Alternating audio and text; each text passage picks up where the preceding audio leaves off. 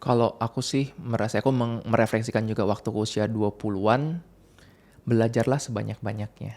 Hmm, Bener sih, itu. Banyak orang yang mungkin mengira bahwa pelajaran selesai ketika kita selesai kuliah. Terus habis itu kita menjalani hidup. Padahal kita tetap belajar dan aku percaya bahwa manusia tuh sangat suka belajar, cuma kita nggak suka diatur harus belajar apa, ya. benar.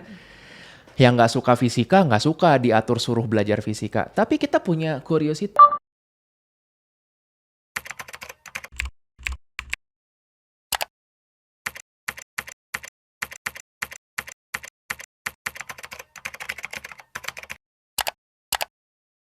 Nah, ini sebenarnya untuk bahasan tentang kita ngomongin berduka dari buku yang pertama udah selesai, Dok. Nah, yang menariknya adalah kan Dokter Andreas baru aja ngeluarin buku satu lagi ya, buku terbaru. Baru bulan lalu ya, Dok. Di Februari, Di ya. Februari, baru bulan lalu ya.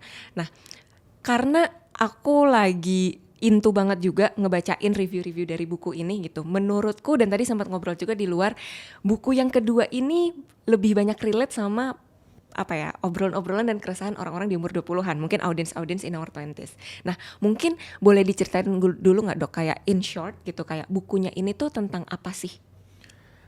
Kalau buku pertama ini kan tentang duka, seseorang yang meninggal. Nah, kalau buku kedua adalah tentang kita berhadapan dengan fakta bahwa suatu hari kita bakal meninggal.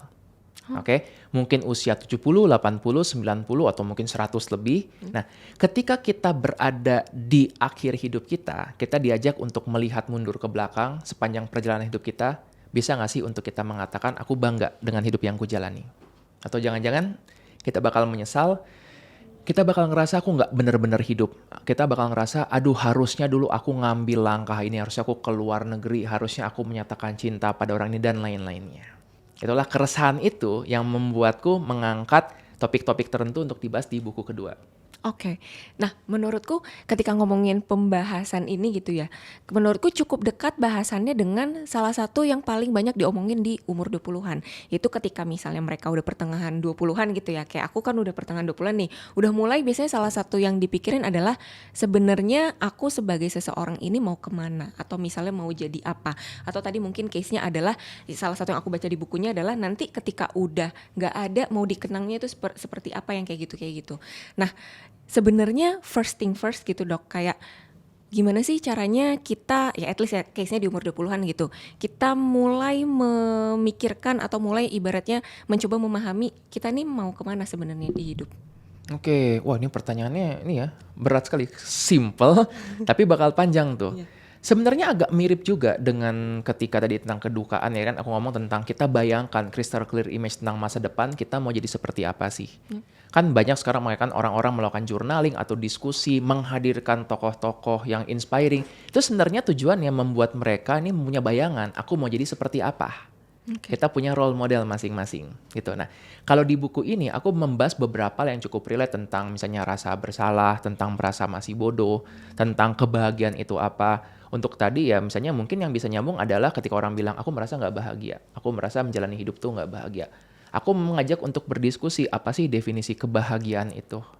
Ya, salah satu yang sulit juga sama kayak duka itu apa, nah sama bahagia itu juga sulit untuk definisikan. Benar. Nah, kalau di buku misalnya aku menjelaskan kenapa sih sulit untuk mendefinisikan bahagia, karena lagi-lagi dari satu orang ke orang lainnya berbeda. Sama seperti kalau aku bilang, mie yang enak itu seperti apa? Beda. Kita punya definisi sendiri. Ya mie yang enak tuh ada gitu. Mie itu enak ada, tapi kalau tanya gimana rasanya? Ya gurih, gurihnya gimana? Ada ayamnya, ayamnya gimana? Dan seterusnya. Yep. Gitu kan? Nah, jadi akhirnya untuk sesuatu yang konkret aja berbentuk seperti mie ayam, kita susah untuk mendefinisikan enaknya itu gimana, apalagi sesuatu yang abstrak seperti kebahagiaan itu apa. Nah, kalau simpelnya di buku itu ada bab keempat, judulnya adalah kebahagiaan dalam 3 kata. Nah, aku coba untuk menantang diri, bisa nggak sih kita definisikan bahagia dalam 3 kata? Nah, di situ aku menjelaskan, tapi intinya di akhirnya adalah aku ngajak untuk melihat kebahagiaan itu adalah menikmati jalannya waktu. Oke. Oke, jadi ketika sekarang teman-teman lagi bekerja, ya ada yang bekerja mungkin ngomel-ngomel, tapi kalau kita merasa aku menikmati loh jalannya waktu dengan bekerja ini, aku belajar hal baru, aku bisa memproduksi sesuatu, itu sudah bahagia. Oke. Orang-orang yang naik gunung itu capek, bawa beban terus dia harus naik ngos-ngosan, tapi ketika dia menikmati jalannya waktu, itu sudah bahagia. Hmm. Jadi kebahagiaan itu bukan sesuatu yang mau kita capai, tapi sesuatu yang sedang kita jalani saat ini. Tinggal kita menanyakan, ada nggak kebahagiaan yang kita rasakan dengan tadi kita menikmati jalan waktu. Kayak gini nih, ini kita ngobrol cukup lama ya. Tapi karena kita menikmati jalan waktu, sebenarnya pada saat ini kita bahagia. Oke? Begitu. Tapi kalau misalnya chemistry-nya nggak ada, bisa jadi kan, aduh kapan sih selesainya? Nah, kita akan merasa nggak bahagia pada saat itu. Jadi kita mengajak untuk melihat saat ini yang kita lakukan, apakah sudah masuk tadi. Kita bisa mengatakan, ya aku menikmati jalannya waktu. Kalau belum, cari. Oke, menarik. Tadi ada salah satu kata yang beberapa kali cukup diulang adalah tentang penyesalan. Dan kalau yang aku baca juga itu salah satu pembahasan utama di buku ini. Nah, kalau kita tarik lagi ke case-nya adalah umur 20-an. Apalagi ya masuk-masuk udah fase pertengahan tuh lagi mikir-mikirnya banget. Kan kita kan kalau ngomongin kadang aku mikir karena aku udah memasuki umur quarter life crisis, sekarang aku mikir apa quarter life crisis itu sesimpel sebenarnya quarter karena kita ada di persimpangan, jalan yang bisa diambil tuh banyak banget, tapi menurutku ada satu ketakutan yang sangat besar dan menurut aku jadi payung ketakutan dari semua pilihan itu, yaitu takut menyesal. Nah, kalau di buku ini tuh mungkin satu, aku mau nanya kenapa akhirnya membahas topik tentang penyesalan gitu. Dan sebenarnya balik lagi sih, kalau secara case-nya general gitu, mungkin yang Dr. Andreas pernah hadapi, biasanya apa sih yang bikin orang menyesal gitu? Oke, aku membahas di buku itu dengan banyak cerita, analogi dengan perumpamaan. Ada satu analogi yang aku sering sampaikan mengenai kebahagiaan, ya tentang penyesalan dan kebahagiaan gini. Kita selalu merasa bahwa pilihan kita sekarang salah. Harusnya aku ngambil pilihan yang lain, maka aku pasti akan bahagia. Misalnya seseorang mengatakan, wah aku putus, aku tidak bahagia. Kalau aku masih bersama dia, aku pasti akan bahagia. Jadi seolah-olah hidup itu kayak kebagi dua jalan, kita ngambil jalan yang bawah yang gak bahagia, sedangkan yang atas ini pasti bahagia. Aku sering men-challenge pikiran tersebut. Aku men-challenge dengan begini, anggaplah kamu ngambil timeline yang kedua, yaitu yang tadi kamu masih bersama dengan dia. Ada nggak kemungkinan kita tetap ketemu hari ini dan kamu tetap konsultasi? Kamu mungkin akan mengeluhkan kenapa ya pasangan saya kok nggak ngertiin saya. Kamu mengatakan bahwa harusnya aku ngambil pekerjaan di luar negeri bukan di Indonesia. Dari mana kamu tahu di luar negeri kamu bakal lebih bahagia? Bisa jadi ada kemungkinan ketika kamu ngambil ke luar negeri pun, kamu akan konsultasi online dengan saya dan mengatakan, duh aku nyesel harusnya aku stay di Indonesia aja. Dari mana aku dapat data tersebut? Karena itulah yang disampaikan oleh pasien-pasienku. Semua datang dengan penyesalan mereka masing-masing dan kalau aku kumpulkannya, aku jadi mikir, ini manusia jadi apa sih yang bikin bahagia? Kenapa semuanya menyesal? Yang kerja di Indonesia menyesal, yang kerja di luar negeri menyesal. Yang nggak punya pacar menyesal, yang punya pacar menyesal. Yang lanjut pendidikan menyesal, yang nggak lanjut juga menyesal. Jadi kita akan cenderung mencari penyesalan tersebut. Gitu. Dan aku suka bermain dengan sebuah kayak game begini. Kan dulu ada tuh ya game yang kamu pilih uang ini atau dibalik tirai nomor 3. Nah, kita bisa bermain kayak gitu. Misalnya aku sering ngomong ke pasienku, nih kamu mau uang 5 juta atau tirai nomor 3. Nah, terus dia pilih-pilih, oke deh aku pilih 5 juta. Begitu dibuka tirai nomor 3 isinya mobil. Lalu dia akan merasa, aku ngambil pilihan yang salah. Ya, padahal 5 juta itu nggak salah loh. 5 juta itu bagus. Dia baru bilang itu pilihan yang salah setelah tirainya kebuka. Kalau ternyata tirainya terbuka dan isinya cuma kaos kaki, dia bakal bilang, wah aku ngambil pilihan yang benar. Nah, jadi itulah kenapa ketika kita ngambil satu pilihan, kita cenderung untuk berpikir itu pilihan yang salah karena ada pilihan lain yang lebih bagus. Sayangnya, hidup itu seperti gini. Kita ngambil pilihan yang ada, kita ngambil uang 5 juta tersebut, terus kita nggak memilih tirai nomor 3. Tapi dunia nggak pernah membuka tirai nomor 3 itu apa. Jadi kita cuma berasumsi bahwa wah di balik tirai nomor 3 itu kayaknya villa nih, ini kayaknya mobil nih, ini kayaknya liburan ke luar negeri. Jadi kita berandai-andai seperti itu, bukan itu yang kita lakukan. Benar. Kita cenderung untuk iri dengan pilihan yang gak kita ambil karena kita begitu yakinnya bahwa pilihan itu yang lebih bagus, padahal belum tentu juga. Berani nggak untuk kita pulang dengan uang yang ada tersebut dan kita melihat dan mengakui ini lumayan banget loh. 5 juta itu bagus loh. Bisa kita bersyukur dengan apa yang ada. Oke dok, berarti kalau dari tadi yang aku tangkap adalah sebenarnya biasanya penyesalan itu muncul karena kita punya asumsi bahwa bisa jadi ada hal yang lebih baik yang terjadi. Betul. gitu ya. Masalahnya adalah ya seringkali ya kita juga nggak tahu sebenarnya apa yang bisa terjadi karena kita udah mengambil pilihan itu anyway kan. Betul sekali. Jadi kita punya kepercayaan seolah-olah ada beribu-ribu pilihan di dunia dan kebetulan saya ngambil pilihan yang paling buruk. Padahal bisa jadi dari beribu-ribu pilihan tersebut, kebetulan kita ngambil yang paling baik. Cuma kebetulan yang paling baiknya memang segitu aja. Benar. Gitu ya. Atau ya kita cukup melihatnya bahwa ini bukan pilihan yang paling baik, bukan pilihan yang paling buruk, this is just choice. Yep. Dan kita yang akan membuat itu jadi pilihan yang benar. Oke. Nah, salah satu dari banyaknya chapter yang ada di buku ini, ada yang menurut aku menarik judulnya. Gitu, judulnya adalah Kita Semua Pernah Goblok gitu Wah, ya. itu favoritku tuh, bab favoritku. Nah, itu boleh diceritain nggak Dok? Itu isinya apa gitu? Karena menurutku dari segi statement sih, ketika aku baca kayak, oh relate gitu. Dan menurut aku akan banyak orang yang relate. Nah, apa tuh isi chapter itu? Waktu aku membuat chapter tersebut, aku konsultasi sama editor dulu. Aku bilang, Mbak Ira, ini kalau aku nulis chapter, ada kata gobloknya boleh nggak sih? Dia bilang, oh nggak apa-apa. Tapi ada 80. Aku ngomong kayak gitu. Dia bilang, kalau itu, dia diskusi dulu tuh dirapatkan. Katanya kalau ini memang ada maknanya, nggak apa-apa. Selama bukan buat ngata-ngatain doang. Okay. Jadi ini adalah kayaknya satu-satunya buku dengan 80 kata goblok di dalam chapternya. Oke. Gitu. Nah, kenapa judulnya tersebut? Ini juga berangkat dari keresahan ketika aku ketemu dengan klien, dengan pasien. Mereka sering banget datang dengan berita begini, dok aku tuh bodoh banget. Nah lalu sebagai ini kan orang pendengar yang baik, kita pasti kan pengen ngomong, enggak kok jangan berpikir gitu, kamu tidak bodoh. Tetapi ngeyel orang ini, ngeyel tentang, tapi dok aku bodoh gitu, nggak bodoh. Tapi dok bla bla. Nah akhirnya satu masa, ini agak penasaran juga, coba deh kalau aku ganti cara pendekatannya. Gimana kalau ditampar sedikit ketika dia ngomong, tapi dok aku bodoh. Akhirnya ngomong, ya memang lu goblok gitu. Terus dia bingung gitu kan. Wah, baru saja psikiaterku ngomong aku goblok. Tapi aku luruskan. Oke. Goblok atau pintar itu kan berdasarkan jumlah informasi yang kita miliki.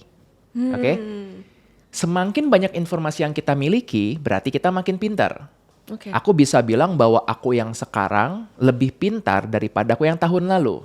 Betul? Yep. Berarti boleh dong aku bilang aku yang tahun lalu lebih goblok daripada aku yang sekarang. Benar. Nah, baru tadi aku luruskan, kalau kamu bilang bahwa ya berapa bulan lalu kamu goblok, emang beberapa bulan lalu kamu goblok. Karena sekarang kamu lebih pintar.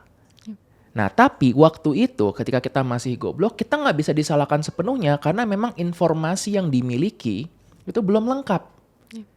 Kita bisa bilang bahwa, tahu gini aku nggak ngambil pekerjaan ini. Kamu bisa bilang ini pekerjaan yang salah setelah kamu mendapatkan data lengkap. Tapi saat itu kan nggak ada. Nah jadi daripada kita mencoba untuk mengutuk kebodohan itu, kenapa kita nggak embrace itu sebagai bagian dari perjalanan kita. Yang penting adalah apa yang bisa kita pelajari. Karena aku percaya bahwa orang goblok itu perlu dihukum dan hukumannya adalah belajar dari kegoblokannya. Ketika kita mengakui, ya aku goblok, ya udah gobloknya apa, pelajari gimana supaya berikutnya nggak terlalu goblok. Nah kan buat kita berkembang dan sekarang pun aku bisa mengatakan ya aku udah alhamdulillah lebih pintar daripada tahun lalu. Jangan kepedean, kamu masih goblok dibandingkan kamu yang tahun depan. Benar. Itu juga mengajakku untuk terus-terus mencoba jadi tetap rendah hati, tetap jangan merasa yang paling tahu karena kita terus-terusan belajar. Dan ternyata pendekatan seperti ini nyambung gitu dengan orang-orang ketika dia ditampar gitu yang ngerasa, iya juga sih. Justru dia bisa bersikap baik ketika dia mengimbres bahwa ya waktu itu kamu memang bodoh tapi kamu nggak punya pilihan banyak. Benar. Cuma sekarang ya please jangan terlalu bodoh lagi.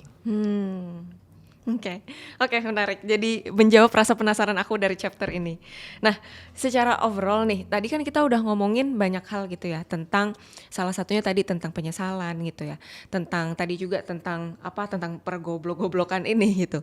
Nah, tapi kalau kita ngomongin garis besarnya gitu tentang bukunya, menurut aku pasti banyak banget orang tertarik gitu ketika baca judulnya adalah karena lagi-lagi mengangkat filosofi, tapi filosofi yang berbeda. Itu kan filosofinya kan di sini kan tentang tentang pohon semangka gitu. Dan kalau yang aku baca di bukunya adalah banyak ngomongin tentang filosofi menanam pohon. Bahkan ada tutorial menanam pohon gitu ya kalau aku baca. Kenapa memilih filosofi ini dan sebenarnya apa sih yang mau Dr. Andre sampaikan dari filosofi ini? Oke, thank you pertanyaan ini menarik. Jadi begini, ini berangkat dari keresahan juga pasien-pasien atau teman-teman pembaca yang merasa bahwa aku sudah salah memilih dalam hidup. Yep. Lebih baik aku selesaikan hidupku sekarang, lalu aku kayak kalau ibaratnya game nih memulai dari awal lagi. Cuma kan hidup nggak bisa seperti itu. Yep. Jadi banyak sekali mereka mengatakan, lu bisa nggak sih aku sekarang udah hidupku selesai aja, aku mau ngulang deh hidupku. Nggak apa-apa deh jadi lumba-lumba, nggak apa-apa deh jadi Bener. ubur-ubur gitu, seperti itu. Nah kebetulan ini juga inspirasinya kan, buku ini menggunakan cara berbahasa, menulis itu narasi dalam bentuknya aku percakapan dengan seorang pasien. Yep. Pasiennya adalah bernama Lalin, itu yang di cover buku tersebut ceritanya. Oke. Di mana dia datang dengan keresahan, dok aku datang dengan kondisi sakit seperti ini, aku bermasalah dengan keluargaku, aku nggak bisa sekolah, aku punya kondisi penyakit tertentu. Mendingan aku sekarang selesai hidupnya dan aku pengen terlahir kembali sebagai bunga matahari. Awalnya dia mengatakan demikian. Oke.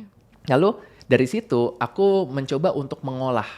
Kenapa sih kita cenderung untuk pengen menyelesaikan ya kehidupan kita saat ini dan kita kayak pengen mengulang lagi karena kita merasa sudah terlalu terlambat gitu. Dan sinilah jadi pertanyaan tuh banyak tentang eksistensial ya, tentang kenapa kita hidup, untuk apa kita hidup, dan kenapa bunga matahari. Aku kembali seperti di buku Cuci Piring, aku banyak menemukan pelajaran dari alam. Salah satunya adalah tentang kehidupan dari sejak aku menanam tanaman dari biji bunga matahari itu. Kalau dulu aku taunya kan biji tinggal ditaruh, disiram, tahu-tahu tumbuh gitu besoknya. Ternyata nggak sesederhana itu. Ternyata ada proses-prosesnya. Dan ternyata dari proses biji itu aja banyak yang kita bisa pelajari. Nah, ada berbagai istilah-istilah keren yang aku temui. Salah satu yang aku paling suka adalah namanya skarifikasi. Skarifikasi itu adalah proses ketika kita ada suatu biji yang bijinya itu tebal, ya seperti salah satunya adalah biji bunga matahari. Kita mengalami kesulitan karena biji itu tebal, jadi susah untuk dia tumbuh. Oke, di beberapa situasi biji tersebut akan sengaja dirusak sedikit, ya dengan gigit, dengan amplas, dengan gunting kuku. Tujuannya itu tadi membuat suatu skarifikasi supaya dia terbuka.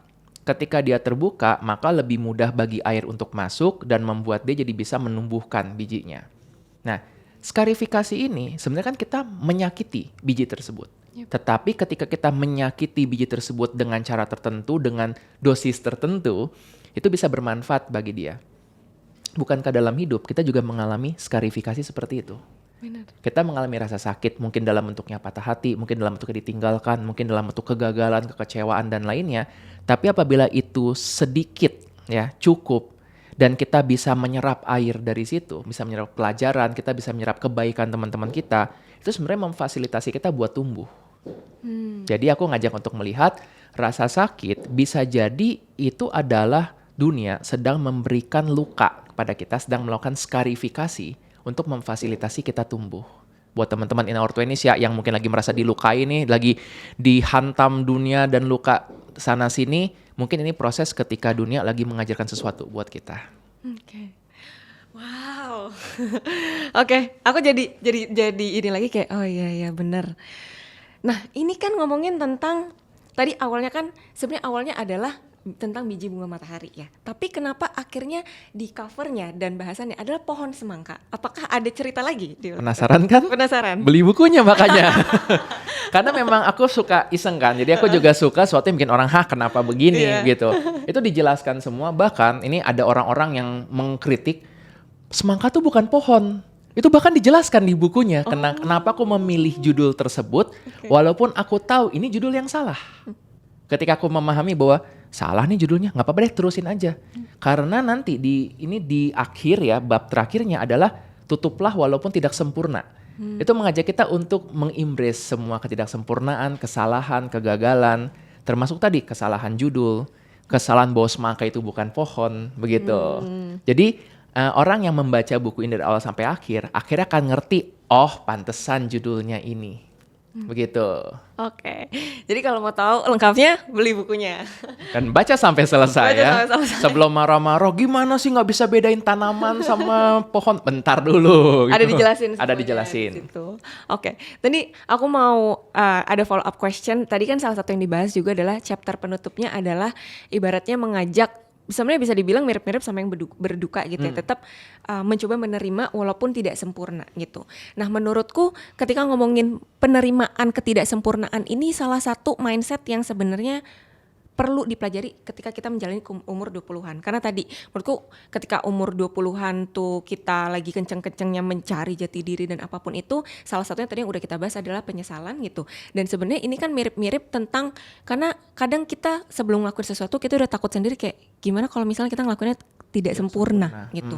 Nah, gimana sih Dok kira-kira kita bisa menghadapi ini nih, pemikiran mindset ini kayak kita takut melakukan sesuatu tidak sempurna gitu. Dan karena ini juga kayak dipengaruhi tentang gimana kita dibesarkan ya. Kita selalu diajarkan untuk harus sempurna ketika melakukan sesuatu. Aku banyak menemukan inspirasi-inspirasi ketika belajar tentang filosofi dari berbagai tempat barat timur. Nah, kalau dalam hal ini, filosofi yang kupinjam adalah dari Jepang. Namanya adalah Wabi Sabi. Wabi Sabi ini adalah tentang imperfection. Segala sesuatu dunia itu imperfection, lalu imperfect, transient, sementara. Nah, Wabi Sabi itu mengatakan begini, bahwa sebenarnya ketidaksempurnaan itu bukan jalan menuju sempurna. Ketidaksempurnaan itu adalah state dia sendiri. Contoh ya misalnya, kalau masak telur, ada orang yang suka mateng, ada yang suka setengah mateng. Telur setengah matang bukan berarti dia perjalanan menuju matang. Telur setengah matang adalah bentuk dia sendiri dengan keindahannya sendiri. Atau steak misalnya, steak yang medium rare nggak harus semua dimasak jadi well done. Medium rare adalah bentuknya sendiri dengan keindahannya sendiri.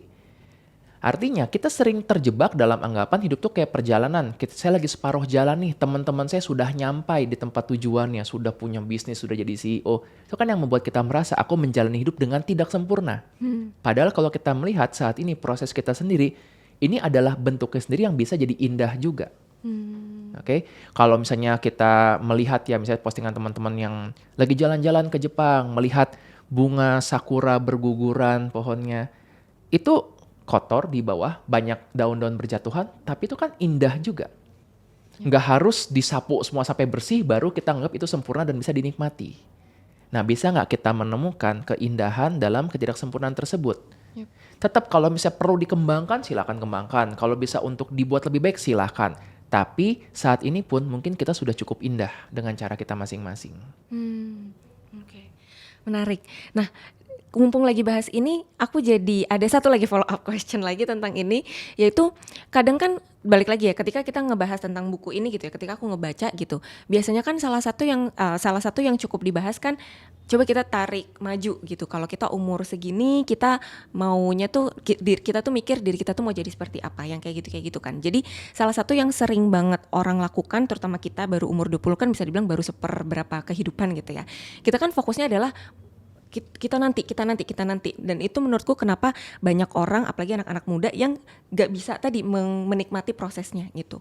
Nah mungkin apa sih Dok kayak mungkin tipsnya gitu atau enggak saran Dokter Andrea sendiri supaya kita nih umur 20-an gitu ketika menuju apa yang mau kita tuju, mungkin kita udah mulai pelan-pelan menyusun puzzle, oh tujuan hidup kita nih mau menjadi seperti itu, tapi di setiap stepnya tuh kita bisa lebih mindful kayak tadi gitu, kayak sebenarnya imperfection itu bukan harus menjadi perfect gitu, tapi imperfection itu sendiri adalah sebuah bentuk itu sendiri. Apa mindset yang bisa diterapkan ke orang-orang umur 20-an gitu, supaya kita bisa lebih ya udah mindful jalanin prosesnya. Berarti kita mungkin perlu sedikit ngomongin tentang membandingkan ya. Karena tadi kan kita jadi membandingkan dengan orang-orang lain gitu. Tadi ketika kita punya anggapan bahwa aku ketinggalan dari orang lain adalah ketika kita membandingkan ya.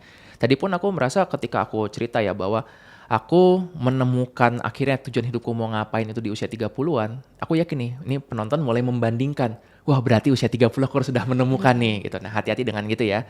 Membandingkan itu boleh dilakukan dalam batas tertentu. Biasanya aku mengajak untuk begini. Membandingkan itu boleh kalau kita membandingkan kecepatan atau pace kita dengan orang lain. Biasanya aku memberikan analoginya tuh kayak kita lagi nyetir di jalan tol.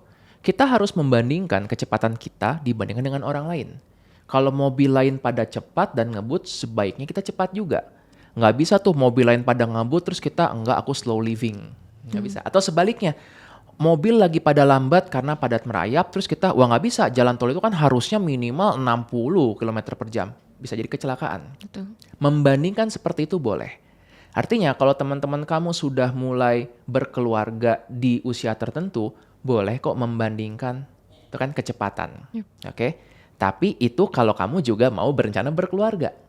Teman-teman sudah mulai punya anak, boleh kamu membandingkan, oh mungkin aku harus punya anak di umur segini juga. Kalau kamu memang mau punya anak. Karena kita bandingkan kecepatannya. Yep. Yang nggak boleh adalah ketika kita membandingkan mobil kita dengan mobil orang lain. Oke? Aku sekarang pakainya cuma city car, wah sebelahku sports car, aku ketinggalan. Itu membandingkan yang nggak perlu. Jadi membandingkan juga perlu secara adil. Bisa jadi kita melihat bahwa teman-temanku sekarang udah mulai memiliki anak, membesarkan anak, sedangkan aku dan pasanganku karena masalah secara genetik, mungkin kami tidak bisa lagi untuk memiliki anak. Butuh persiapan yang sangat besar. Jadi kami tidak membandingkan tentang itu. Oke, di sisi lain aku membandingkan bahwa temanku, mulai nih beberapa mereka kayaknya konten kreator. Aku juga pengen membandingkan seperti itu boleh. Jadi kita pun ketika membandingkan kita pilih yang mana yang penting bagi kita. Kadang bebannya adalah kita merasa kita harus mengikuti semua perbandingan yang ada. Kan capek kalau kayak gitu. Oke, paham. Oke, ini menarik juga. Oke. Nah, Dok, ini kita udah ngobrol 1,5 jam, seru banget. Pertanyaan terakhir, aku mau tanya, ini kan buku nih baru mulai masuk ke pasaran dan akhirnya hopefully banyak orang yang mulai mempelajari gitu ya, membaca gitu. Nah, kira-kira apa sih lessons learned dari banyaknya pembelajaran di buku ini yang kira-kira bisa dianticipate sama dan paling relate gitu sama kita umur-umur 20-an? Salah satu pelajaran yang dibahas di buku ini yang kayaknya ini kalau kalian baca ini ada tentang ini akan ngena banget ke kalian gitu. Kalau aku sih merasa aku merefleksikan juga waktu usia 20-an, belajarlah sebanyak-banyaknya. Bener sih itu. Banyak orang yang mungkin mengira bahwa pelajaran selesai ketika kita selesai kuliah. Terus habis itu kita menjalani hidup. Padahal kita tetap belajar dan aku percaya bahwa manusia tuh sangat suka belajar. Cuma kita nggak suka diatur harus belajar apa. Benar. Ya. Yang nggak suka fisika, nggak suka diatur suruh belajar fisika. Tapi kita punya curiosity. Itulah kenapa kan kita membaca buku, kita buka konten sosial media, kita kepo dengan masalah orang. Itu sebenarnya kita mau belajar. Bahkan orang yang bermain game, itu pun mereka belajar.